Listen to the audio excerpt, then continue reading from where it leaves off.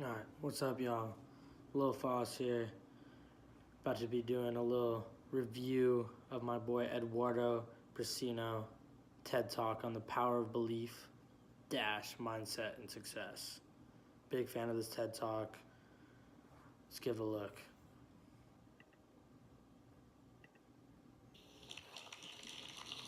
Main opening here. What do you think is the key to achieving our goals, our success? Some people suggest things like hard work, focus, persistence. But research shows these are all byproducts of something else, something much more powerful that we can all develop.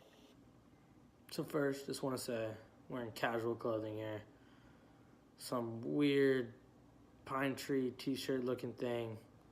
Don't know what he's trying to get here with, but definitely the casual clothing makes him more connectable from the audience. Not just some guy up there dressed in really nice clothes. Doesn't really look like someone that's scholarly, but I think that's going to make the audience attracted to him more just because he came in casual. And then he grips the audience right away with a question, and then continues to talk about his lead-in to what he's going to say and give us in the TED Talk coming forward. It is this very special something that really is critical to success, and is what I'm here to discuss with you today. Someone who has achieved great success is Josh Waitzkin, a chess international master and the subject of the movie Searching for Bobby Fischer. So right here, right off the bat, introducing someone, Josh Waitzkin. No idea who the dude is, but describes him. Seems like a very credible dude. Obviously introducing him to make his claim or argument more credible.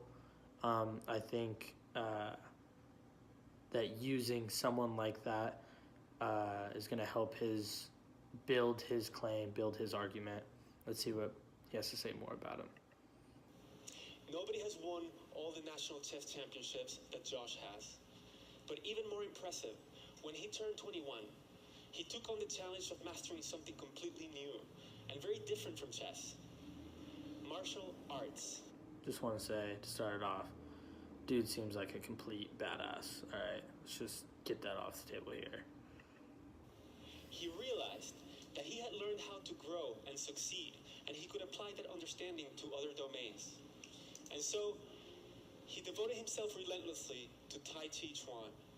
And after lots of hard work, many failures, and some broken joints, he became a great martial artist, and he won 2 world championships. I think the way Eduardo is talking about this dude, giving a great backstory, giving all these accolades for him, I think it's trying to build up to, because obviously I don't think many people know who he is talking about, but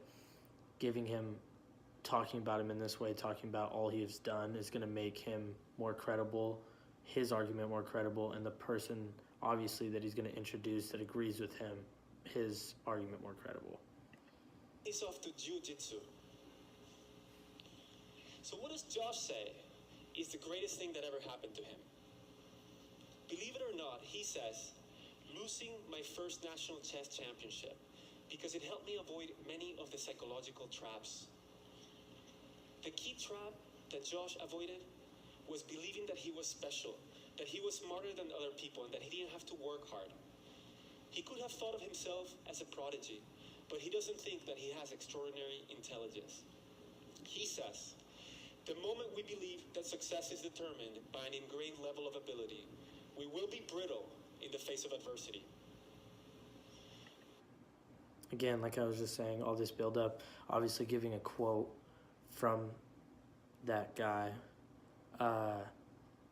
using him, making his argument more credible, but that build-up leading to that quote from him is what makes the audience understand what he's trying to say, and getting his point across and letting the audience know that this is a credible person coming from. Josh often quotes Stanford professor Carol Dweck. Another credible person, had to state Stanford professor, obviously a highly pristine university in the United States. obviously going to get some good information from Carol Dweck.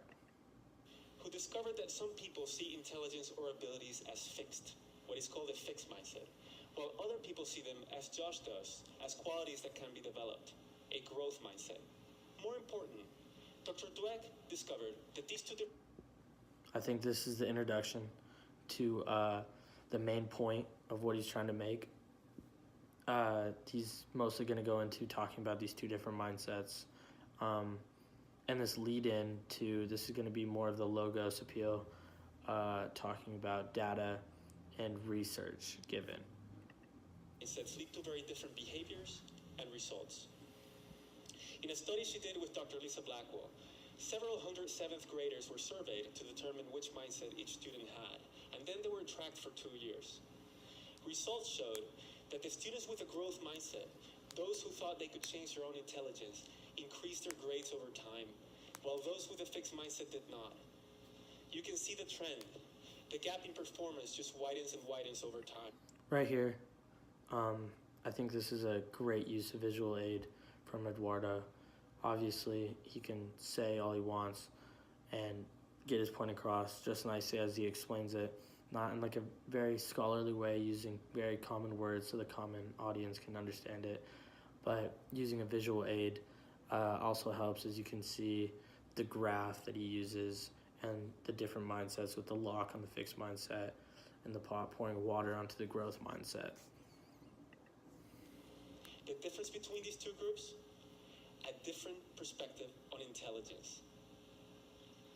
Other studies have shown similar effects for our mindset about other abilities, like problem solving, playing sports, managing people, or any. What he's trying to say is that he's trying to connect this to a broader audience, and that his claim he's trying to make can be made to not just one thing, but many broad things, and we can apply it to almost anything. Else you'd like. Dancing la Macarena. Bringing a little comedy here. I like that. Key to success is not simply effort or focus or resilience, but it is the growth mindset that creates them. The mindset itself is critical. So now he's talking about the mindset again. So he's really getting in. I think he's gonna stick with that mindset topic between the fix and the growth mindset. I'm gonna fast forward a little bit here.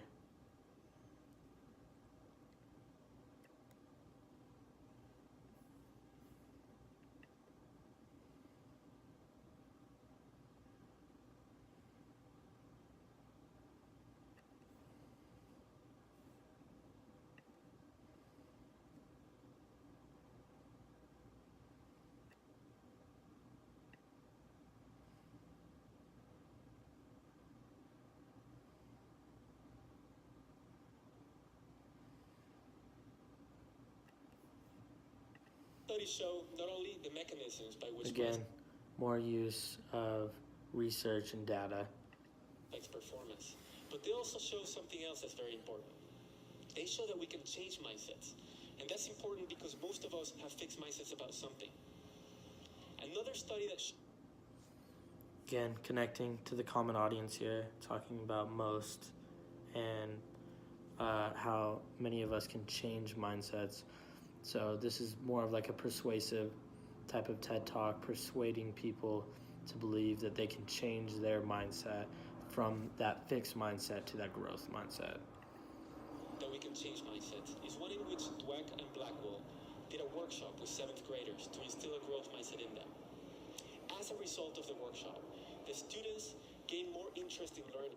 More use of the graphs, obviously easy to understand why, percentage of showing improvement, and then the controlled and growth, obviously easy to understand, easy to show, and great way to get your point across with the visual aids.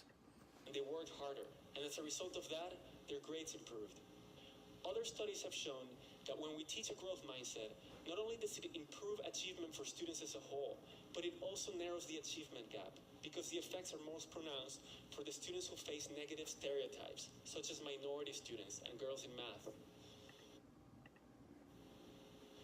I've spoken mostly about children, but mindset affects all of us. In our workplaces, Managers with fixed mindsets don't welcome feedback as much, and they don't mentor employees as much. And employees with growth mindsets about specific skills like negotiations become far better at those skills than people with fixed views. Mindsets can even help us solve big social issues. A recent study showed that when Another introduction to a study. I think that's his main backup in these claims that are being made. The constant use of different types of data and graphs and visual aids is really helping him portray what he's wanting to say. Both Israelis and Palestinians to the idea that groups can change. They increase their attitudes toward one another, they improve them, and they enhance their willingness to compromise and to work for peace. This new study is more of a serious tone than when he was talking about seventh graders, now talking about enhancing their willingness to compromise and work for peace among two groups. Also see the effects of mindsets on relationships, sports, health. Another broad audience, reaching out to a more broad audience than just one select group, saying the effects of mindsets on relationships, sports, and health. How is it possible that as a society, we're not asking schools to develop a growth mindset in children? Our myopic efforts to teach them facts, concepts, and even critical thinking skills is likely to fail if we don't also deliberately teach them the essential beliefs that will allow them to succeed, not only in school, but also beyond. There's a lot that we can do. This statement that he just made is basically challenging us to have that growth mindset versus that fixed mindset, basically saying if we don't have this, then this, and this will happen. Definitely almost a fallacy of that sort. Change mindsets. But here are 3 things that any of us can do to instill a growth mindset in ourselves and in those around us. First, recognize that the growth mindset is not only beneficial. This is an introduction to a call to action, basically calling out to the audience. He has just backed up his whole claim of what he was trying to make his argument, and now he's calling out to the audience that has seen this or has heard about it and calling out to them to act. But it's also supported by science. Neuroscience shows that the brain changes and becomes more capable when we work hard to improve ourselves. Second, learn and teach others about how to develop our abilities. Learn about deliberate practice and what makes for effective effort. When we understand how to develop our abilities, we strengthen our conviction that we're in charge of them. And third, listen for your fixed mindset.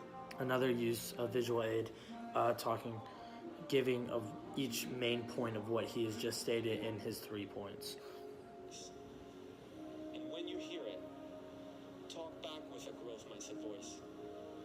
If you hear, I can't do it, add, yet. My request to you today is that you share this knowledge about the growth mindset with your family, friends, and schools, so that all of us can grow and fulfill our potential. Thank you. Overall, Eduardo came out with a plan, knew exactly what he wanted to talk about, and did it mostly using ethos and logos.